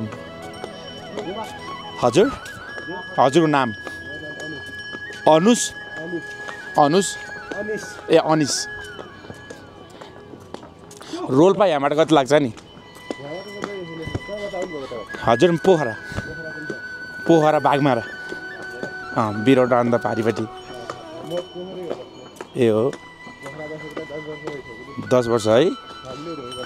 पोखराबाटै आउने तपाईँहरू? अफ सिजनमा के गर्नुहुन्छ नि? ल पहल कान्छी यता हेर्नु, यता हेर्नु।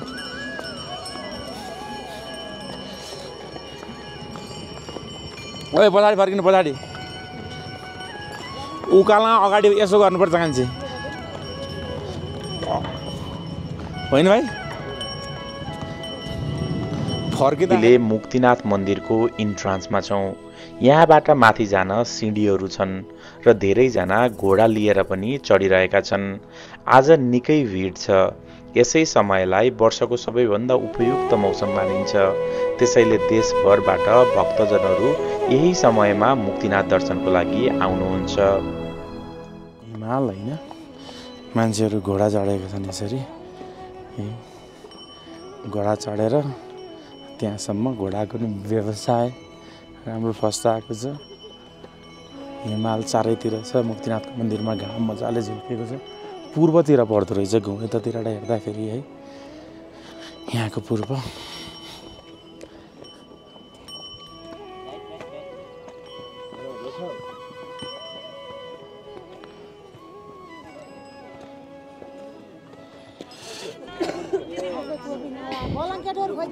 चढेर आइपुग्यौँ यहाँ है।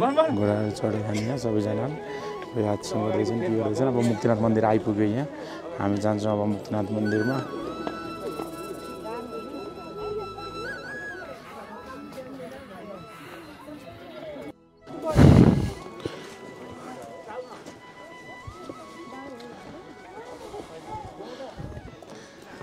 दादा अहिले फर्किँदा हान्नेको फटाइदे।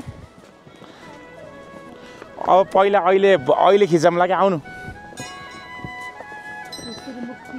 नाथ यज्ञशाला।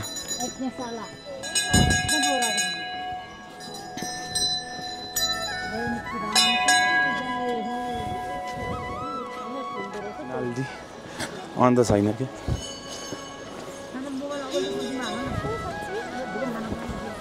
यो अनि पालो पालो हिँड्नुपर्छ नि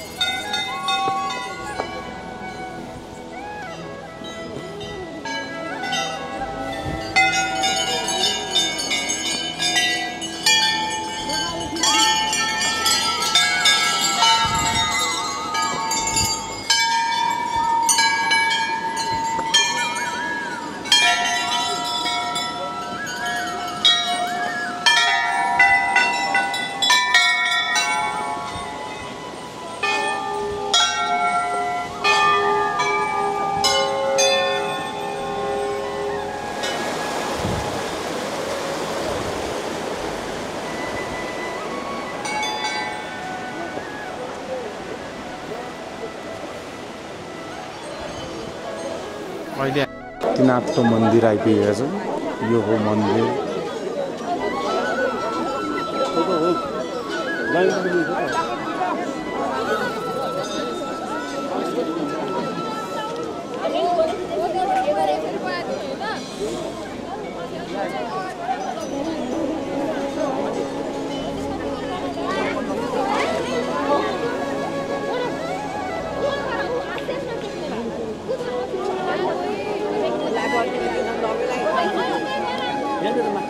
एक सय 8 धारा नुहाएर अनि मानिसहरू यहाँ आएर पौडी खेल्नुहुन्छ अब 108 धारा म देखाउन गइरहेको छु 108 धारा यतापट्टि छ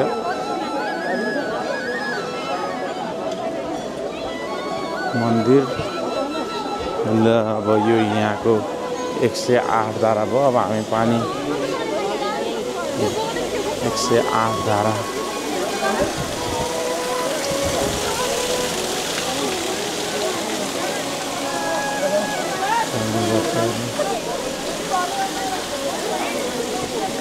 एक सय 8 धारामा यसरी मान्छेहरू नुहाइराख्नु भएको छ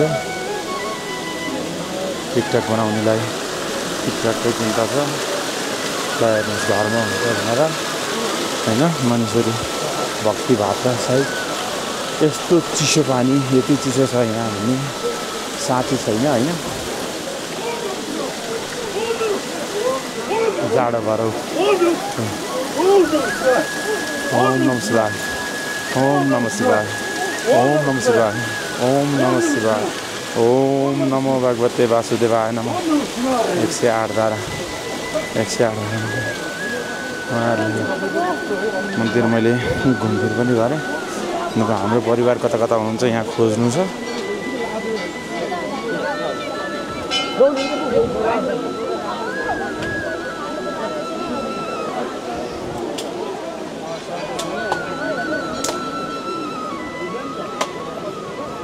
मम्मी ल मैले त एक खोइ कान्छे र दिदी खोइ ए कान्छे दिदी ल आउनु दाइ आउनु दाइलाई नुहाउनु कान्छे ऊ 108 धारा उताबाट घुमेर मैले त एक राउन्ड यहाँ घुमि पनि सकेँ ल अनि त्यसपछि 108 धारा त्यहाँ नुहाएर अनि मान्छेहरू फेरि यो 108 धाराबाट जम्मा भएको पानीमा आएर यसरी डुबुल्की मार्नु भएको छ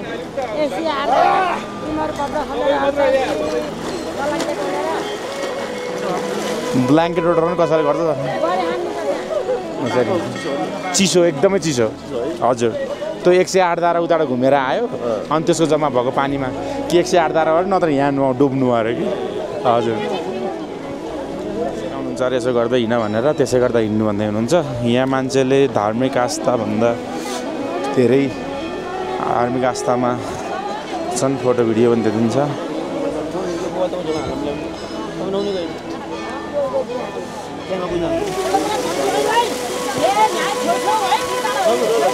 ठोकिन्छ नि भित्तामा फेरि ल जानु कान्छेर त जानु पण उनीहरू जान्छ न जानु होला ल भयो ल स्टार्ट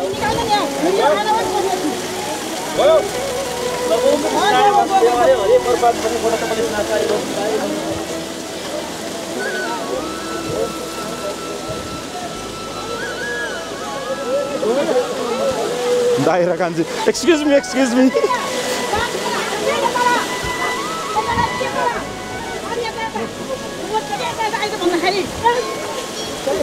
ल अब सिधै गएर तलाउमा चुम्लुङ्गै तलाउमा ओ तलाउमा कान्छे तलाउमा नजानु दाइ चाहिँ ल तलाउमा ल कान्छे तपाईँ तलाउमा नजानु भिज्नुहुन्छ ल दाइ जानु ल हाम फाल्यो तलाउमा हाम फाल्यो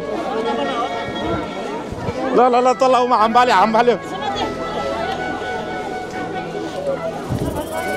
ल तलाउमा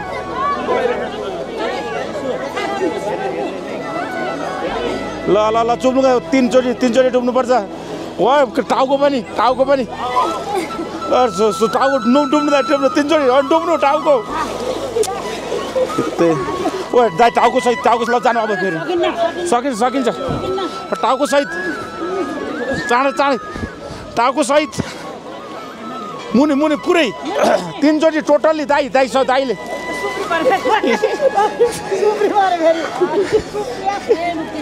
ल इराले धेरै दिनाले धेरै गरे अब दिदी र मम्मीले गर्नुहुन्छ अरे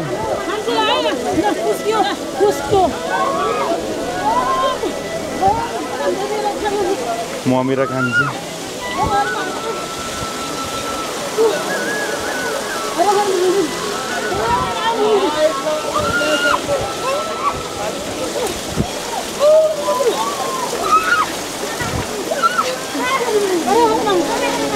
हर हर महादेव हर हर महादेव ल कुण्डमा मम्मी सकिएला जानु दिदी कुण्डमा जानु मम्मी सकिएला जानु मम्मी तपाईँ कुण्डमा नजानु ल मम्मी भयो तपाईँ कुण्डमा नजानु भिज्नुहुन्छ कि बढी फेरि गइरहनु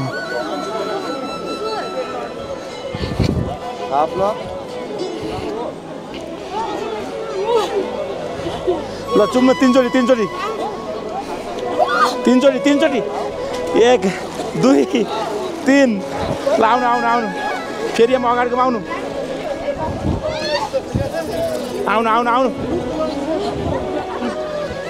दिदी बहिनी मलाई माफ गर्नु ल म यताको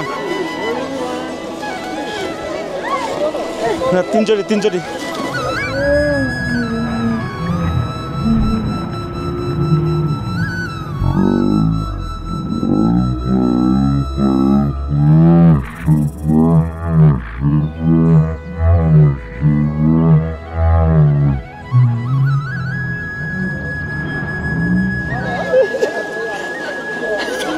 हर हर महादेव ल हर महादेव ल हामीहरूको मुक्तिनाथ भ्रमण र मुक्तिनाथ दर्शन यहीँ सम्पन्न भएको छ अन्तिमसम्म हेरिदिनु भएको यी मुक्तिनाथ मन्दिरबाट फर्किएका छौँ परिवारसहित यहाँ हुनु विशेष गरी मेरी मम्मी दाई र मेरी 2 दिदीहरूसँग साँच्चैकै धेरै ठुलो आशीर्वाद जस्तो लाग्यो म अर्को पटक यहाँ आफ्नै श्रीमतीसँग आउनेछु उनीसँग 108 धाराको स्नान गर्ने यो अधुरो इच्छा पूरा गर्न दर्शन र लन्च सकेर अब हामी जोमसमको धुम्बा ताल पुगेका छौँ तल देखिने उपत्यका नै जोमसम हो र अहिले देखिएको यो सुन्दर ताल यही हो धुम्बा लेक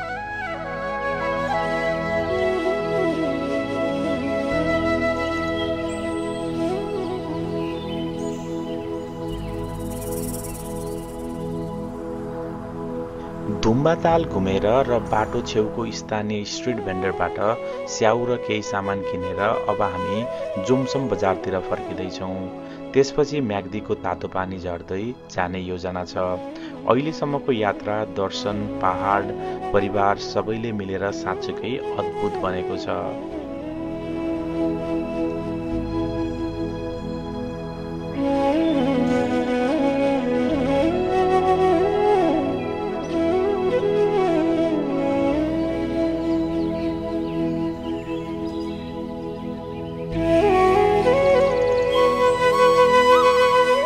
हामी अहिले कालीगण्डकीको किनारमा छौँ जहाँ पानी मात्र बग्दैन श्रद्धा भक्ति र पुराना कथाहरू पनि बग्छन् यही उत्पन्न हुन्छ पवित्र शालिग्राम त्यसैले आज हामी पनि यस पवित्र धारामा शालिग्राम खोज्दै हिँडिरहेका छौँ माथि नीलगिरी हिमाल फेदमा हामी चुलीमा आकाश र बीचमा कालीगण्डकीको अन्तत सङ्गीत यस क्षणमा लाग्छ प्रकृतिले नै हामीलाई आफ्नो कथा सुनाउँदैछ यहाँ म्याडमले पनि खोज्दै हुनुहुन्छ है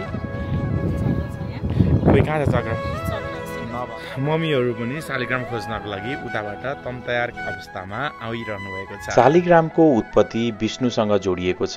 कथा अनुसार असुरराज जलन्धरको शक्ति उनको पत्नी वृन्दाको पवित्र धर्म भक्तिमा आधारित थियो। जलन्धरलाई रोक्न विष्णुले वृन्दाको भक्ति शक्ति तोड्न उनलाई छल्नु पर्ने भयो। यो कुरा थाहा पाएपछि वृन्दाले दुःख र क्रोधमा विष्णुलाई ढुङ्गा बन्ने श्राप दिइन्। त्यसपछि विष्णु शालिग्रामको रूपमा कालीगण्डकीमा विराजमान भए। त्यसैले यहाँ भेटिने शालिग्राम विष्णुको प्रत्यक्ष स्वरूप मानिन्छ।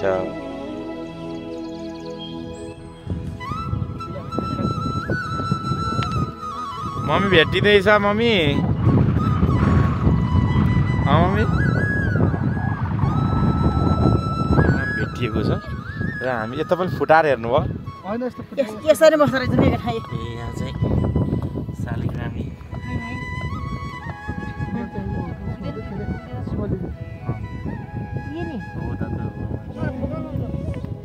हेर त शिवलिङ्ग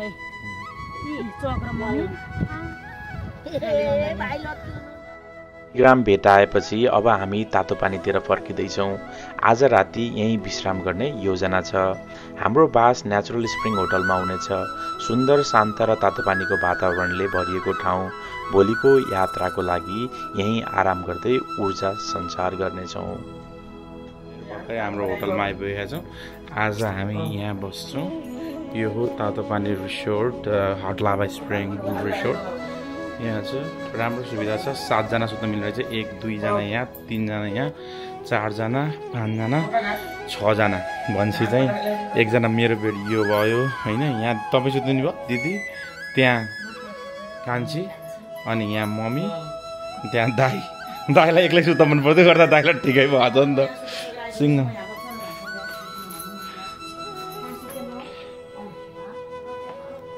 मम्मीलाई जान्न दियो नि त। कमसे एकछिन भिडियोलाई त भिडियोमा त मानो घाटे। दिदी कहाँ बस्नुहुन्छ? मम्मीलाई कहाँ दिनुहुन्छ तपाईँ? आज हाम्रो यो यात्रा तेस्रो र अन्तिम दिन सुरु भएको छ। हामी अहिले कुस्मा पर्वतको क्लिफमा छौँ। यो पुल काटेर अब बागलुङतिर जाँदैछौँ, जहाँ आजको दिनका रमाइला क्षणहरू हाम्रो पर्खाइमा छन्।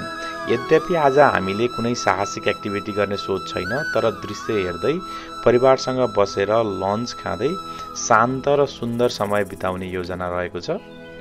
यात्राको अन्तिम दिन भए पनि उत्साह, शान्ति र पारिवारिक साथ सबै मिलेर यो क्षण अझै विशेष बनेको छ।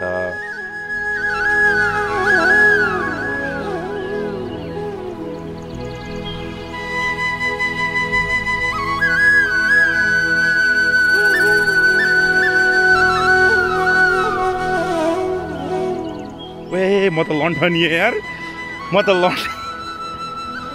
ओर्तो अगाडिको छ नि त्यो त्यहाँ ट्रिटमेन्ट प्लान्ट हो। जस्तो दिसा पिसाबहरू हुन्छ नि, ट्रिटमेन्ट गर्न मिल्छ क्या त्यो। ओहो धन्यवाद दिदी, दिजुले यस्तो राम्रो काम गर्नुभयो अहिले त है। ल हामी क्लिफमा छौँ। This is really beautiful Cliff. ल दाइ जानुहोस् जानुहोस्, अगाडि बढ्नुहोस्, अगाडि बढ्नुहोस्, जाम। कोही आएको थियो एकजना क्लिफमा जाँदा अगाडि, दिदी आउनुभयो थियो। दिजु ए दिदी त पामेन्टमा पनि आउनु आउँछ एकछिन। ल ल हामी क्लिफमा छौँ अहिले। यहाँ यो मनोरम क्लिफ कालीगण्डकीको माथि बुढाबुढी आएर यस्तो माथि झगडा हारेको हेर्नु न। मन फेरि ठाउँ पनि कस्तो रोजेको होला नि त। ती दुइटा अहिलेको केटाकेटी गयो झगडा आएर आएको।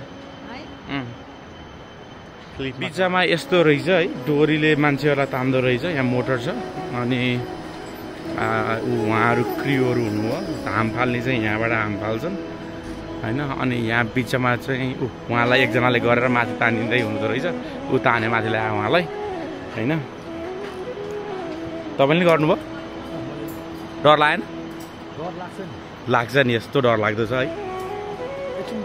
आलो कुरेर बस्नुभएको छ रहेछ कि यहाँबाट चाहिँ खिच्न मिल्दो रहेछ। पुरा व्यवस्थित रहेछ नि त यहाँ चाहिँ।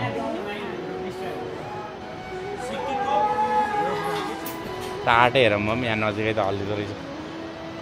डर लाग्दै रहेछ कि म त डर लाग्यो म त गएँ अगाडि यस्तो डर लाग्दो छ अनि यति लामो छ कि माथि पुग्नै गाह्रो छ भने जस्तो भ्युज पारी पनि पर्वतै होला यो लगाउनु आउँदै आउनु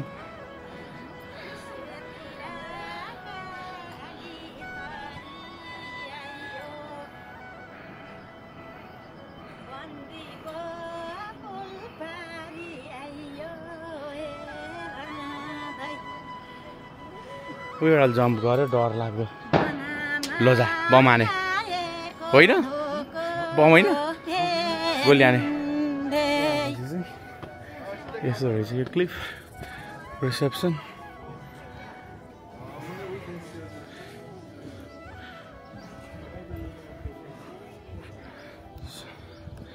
साइकल स्काई स्काल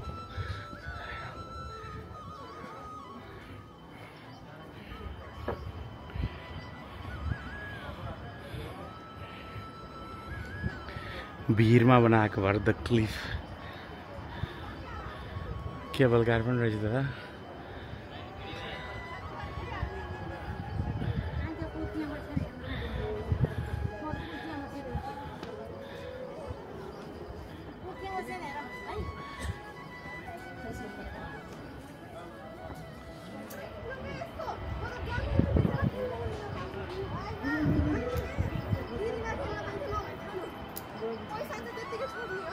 हाने हाने जा drive wow wow wow wow 9.8 metre per second square ओ माथि तान्दो रहेछ फेरि ठुलो मान्छेलाई त फेरि तलै जान्छ होला त्यसले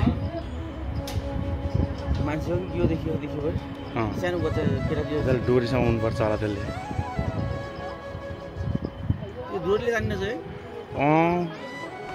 त्यति माथि ल्याउँदो रहेछ त्यो डरेर लच्केर कस्तो डर नलागेको होला है कस्तो डर नलागेको होला भनेको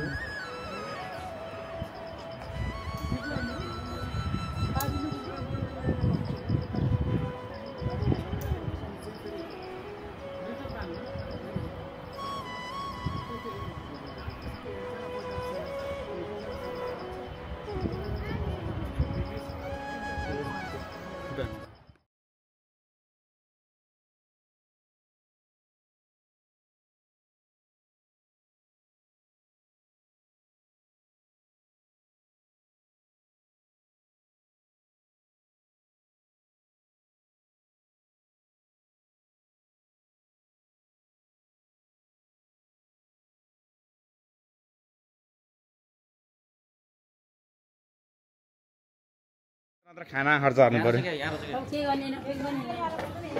म त त्यो पिङ खेल्न डर लाग्ला अहिले हामी पर्वत जिल्लाको कुस्मामा रहेको द क्लिफ भन्ने यो ठाउँमा छौँ यहाँ चाहिँ बन्जी जम्पिङको लागि एकदमै फेमस छ यो रह्यो बन्जी जम्पिङको लागि यहाँ विभिन्न किसिमको यो हाई अल्टिट्युड अथवा तपाईँको हाइट सम्बन्धी एडभेन्चरस टुरिज्मको विभिन्न क्रियाकलापहरू हुन्छ यहाँ छन् एउटा भाइले चाहिँ स्काई लाइन जिप गरिरहेछन् यदि तपाईँ बेलुका आएर बस्न चाहनुहुन्छ भने यहाँ क्याबिनहरू पनि छन् एकदमै राम्रो यो क्याबिनहरू भयो र डुलेर हिँड्नको लागि चाहिँ यहाँ चाहिँ हाम्रो परिवार सम्पूर्ण छ माझा मम्मी हुनुहुन्छ यहाँ ठुल दिदी कान्छी दिदी दाई माथि बगैँचा छ यी क्याबिनहरू हुन् आउनु छ तार जाउँ हामीहरू एकछिन यो बिचको नदीको के अरे यो झोलुङ्गे पुल भयो यो पारीको कुसमा हो अहिले हामी भएको चाहिँ बागलुङमा हो तर यसको लोकेसनको हिसाबले भन्दाखेरि चाहिँ अब त्यो रेजिस्ट्रेसन हुँदा कुस्मामा हुँदा कुस्मा भनिन्छ तर यो अहिलेको ठाउँ चाहिँ बागलुङ हो यसरी तपाईँहरू यहाँ आएर क्याबिनमा पनि बिताउन सकिन्छ बगैँचा छ साह्रै नै राम्रो खालको बगैँचा विभिन्न जिल्लाहरूबाट अथवा देश विदेशबाट पनि प्रशस्त मानिसहरू यहाँ आइरहनु भएको हुन्छ भ्याकेसनको लागि र यी हुन् क्याबिनहरू यहाँ आएर बेलुका बस्नको लागि त्यो भयो त्यो हात पाम भिडियो खिच्नको लागि यहाँको भेजिटेसन राम्रो छ एकदमै यहाँ चाहिँ हाउसकिपिङ दिदी हुनुहुन्छ जस्तो छ होइन अनि यो फ्लावरहरू भए पारी देखिएको पर्वत कुस्मा र यहाँ रहेको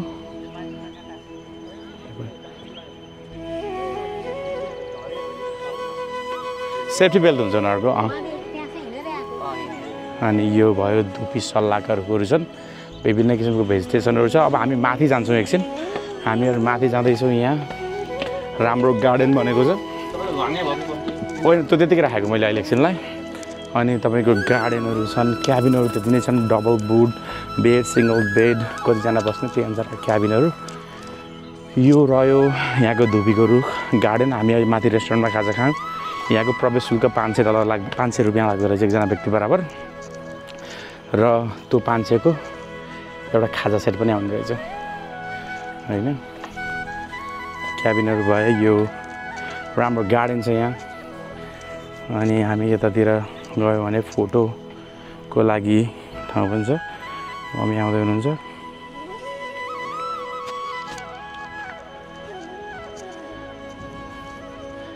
बाँकी रहेको जग्गा यस्तो छ है, कस्तो राम्रो धुपीको रुखहरूबाट चाहिँ गार्डन बनाएको छ यहाँ। मम्मी नो इन्ट्री, त्यो प्रवेश निषेध मम्मी, त्यो चाहिँ क्याबिन लिएर बसेकालाई मात्रै हो त्यो।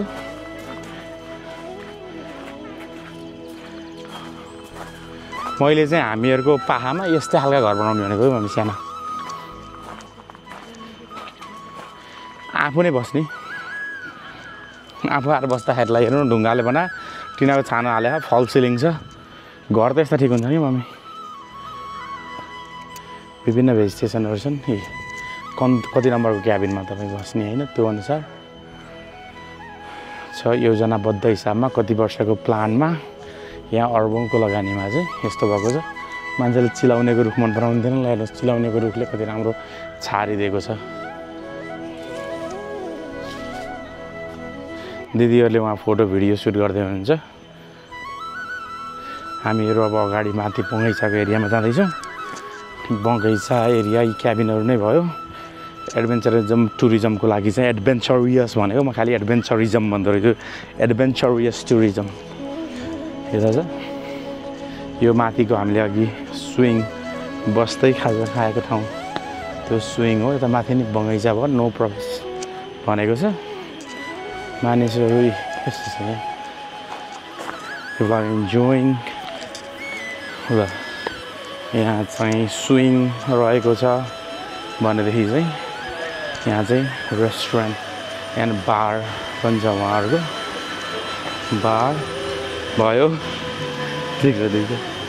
अनि यतापट्टि छ ठाउँको लागि चाहिँ यहाँ हुनुहुन्छ फ्रेन्डली स्टाफहरू। र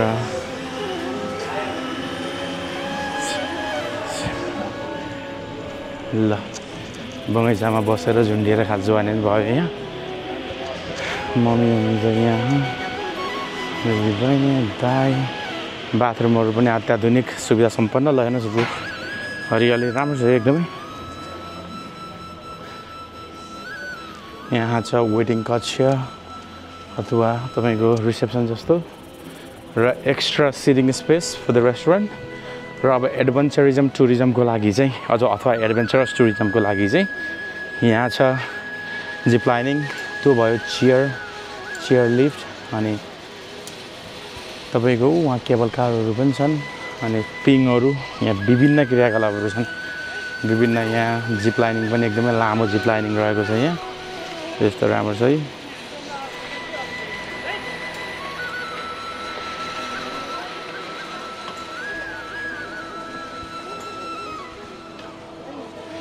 ल हेर्नु कस्तो यो क्यामेराको विशेषता हेर्नु, हात जता हल्लिए पनि त्यहीँ रहन्छ कि स्टेबल।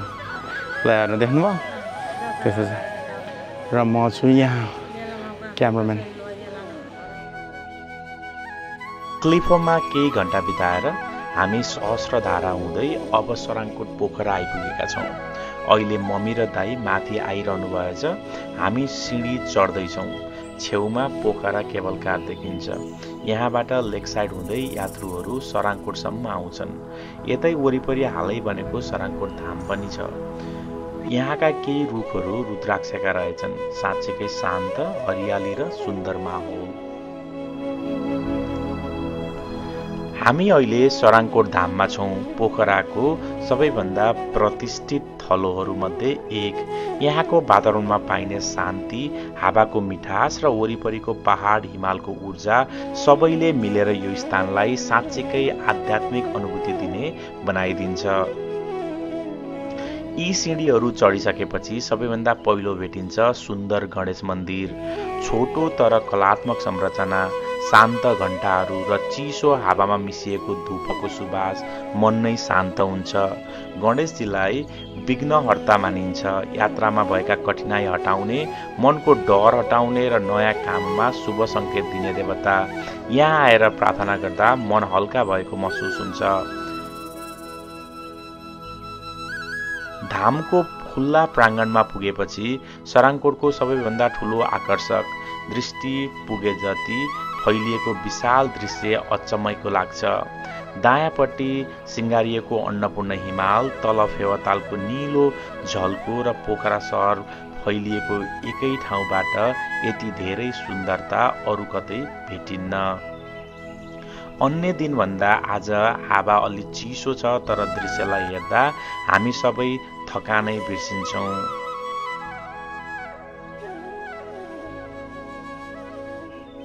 सराङकोट धामको निर्माण पनि अहिले निकै व्यवस्थित र सुन्दर छ। पर्खालहरू, बगैँचा, घुम्ने ठाउँमा बनेका फोटो स्टपहरू हामी जस्ता पर्यटक र भक्तजनको लागि साँच्चैको रमणीय अनुभूति दिन्छन्।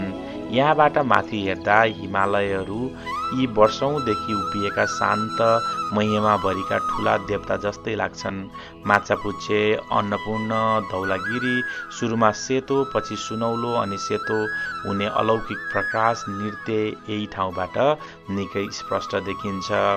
त्यसैगरी तलको दृश्य फेवाताल, शान्त जलयात्रा र सहरको चलायमान जीवन हामी जहाँ उभिएका छौँ त्यसको ठिक विपरीत संसार जस्तो देखिन्छ। माथि शान्ति तर तल चहल पहल दुवै मिलेर पोखराको वास्तविक पहिचान दिन्छन्। आज यहाँ उभिँदा परिवारसँग बिताएका यी क्षणहरू कति महत्त्वपूर्ण, कति दुर्लभ र कति सुन्दर हुन् भन्ने फेरि एकपटक महसुस भयो। मन्दिरको घन्टी, हिमालको हावा, मम्मी दिदी दाईसँगको हाँसो यसै बेला मिलेर आजको दिनलाई यस यात्राको सबैभन्दा कोमल र स्मरणीय पल बनाइदिएको छ। सराङकोट धाम धार्मिक, प्राकृतिक र सांस्कृतिक तीनै दृष्टिबाट पोखराको एउटा रत्न हो। यहाँ आउँदा मन शान्त हुन्छ, आत्माले शान्ति पाउँछ र जीवनको सुन्दर क्षणहरू मनमा सदा सर्वदा बसिरहन्छन्।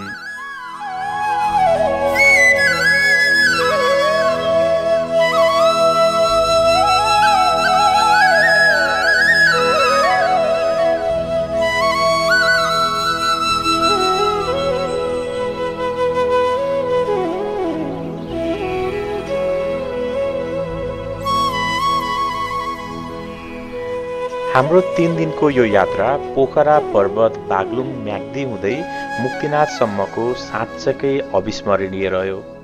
हिमाल, नदी, झरना, पहाड र सबैभन्दा महत्त्वपूर्ण परिवारसँग बिताएको मुस्कानले भरिएका क्षणहरू, मम्मीसँग, दिदी दाईसँग र आफ्नो देशको सुन्दर ठाउँहरूमा फेरि एकपटक आफूलाई जोड्न पाउनु यही यात्राको ठुलो उपहार बन्यो। मुक्तिनाथको दर्शन, कालीगण्डकीको शालिग्राम, मार्फाको सुन्दरता, जोमसमको शान्ति र बाटोभरिका भावनाहरू यी सबैले मनमा जीवनभरि नबिर्सिने कथा थपिदिए। यदि तपाईहरूलाई हाम्रो यो परिवारसहितको यात्रा मन पर्यो भने कृपया लाइक, सब्स्क्राइब र शेयर गर्न नबिर्सिनुहोस्। आगामी दिनमा पनि यस्तै पारिवारिक यात्रा, थप सुन्दर ठाउँहरू र हृदय छुने भ्लग लिएर आइरहनेछौँ। हेरिदिनु भएकोमा मनैदेखि धन्यवाद।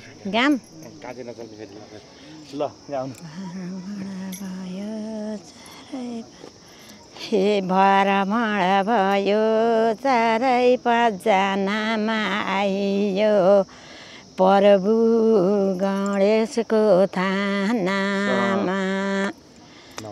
भरमण भयो चारै पाँचजनामा आइयो प्रभु गणेशजी थानामा। हस्त नमस्कार। कति राम्रो राखेका जन्जिर सारङकोटामा गणेशका मन्दिर कति राम्रो राखेका जन्जिर सारङकोटामा गणेशका मन्दिर। यसैसँगै हामीहरूले हाम्रो मुक्तिनाथ दर्शन र पोखराको भ्रमण अन्त्य गरेका छौँ। हाम्रो भिडियो अन्तिमसम्म हेरिदिनु भएकोमा धेरै धेरै धन्यवाद। सराङकोटबाट तपाईँहरू सबैसँग बिदा माग्न चाहन्छु। हामीहरू आज आज होइन, यो यात्रामा चाहिँ कास्की, म्याग्दी, पर्वत, बागलुङ र मुस्ताङ जिल्लाहरू भ्रमण गरेका छौँ र यी अधिकांश सबै नै गण्डकी प्रदेशमा रहेका छन् र पहिलाको चाहिँ गण्डकी अञ्चल र धौलागिरी अञ्चल अन्तर्गतका। अन्तिमसम्म भिडियो हेरिदिनु भएकोमा धेरै धेरै धन्यवाद। Please do like, comment and subscribe. Thank you.